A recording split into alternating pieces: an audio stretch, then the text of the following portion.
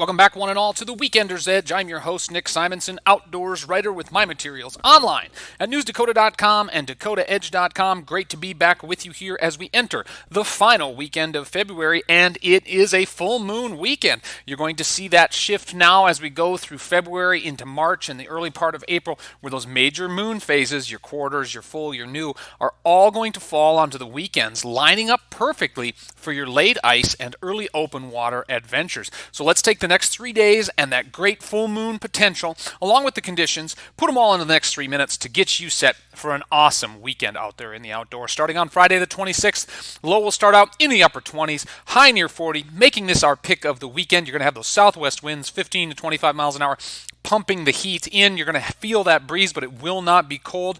You will have mostly clear conditions throughout the day, and you will see things calm down toward evening, giving you a chance to start your weekend off right with some great low-light fishing for those walleyes, those crappies, and those other fish that are staging, getting ready for that late ice bite. Turning to Saturday, that's when you're going to feel a cool down on the weekend. That, again, is our full moon day.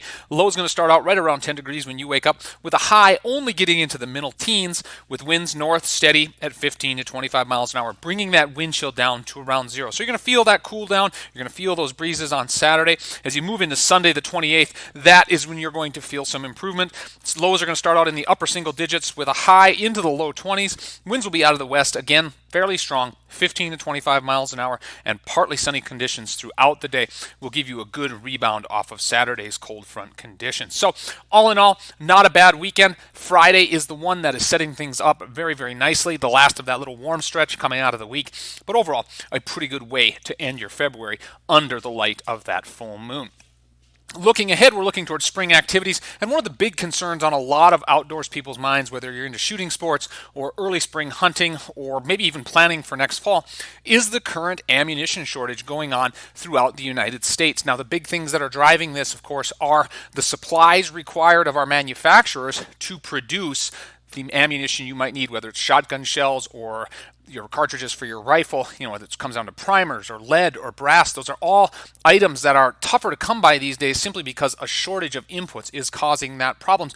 But the bigger demand issue comes down to an increase in gun owners, somewhere between 7 and 10 million coming out of 2020 due to the stressors of the pandemic and political and social unrest. So we're seeing that drive demand. So be cool out there, be calm, keep your eyes out for your favorite cartridges. They're going to show up in time for deer hunting. Grab those target loads when you can for your spring shooting sports adventures. Read more at dakotaedge.com and on newsdakota.com. That wraps up the show for this week, folks. For the Weekender's Edge, I'm Nick Simonson.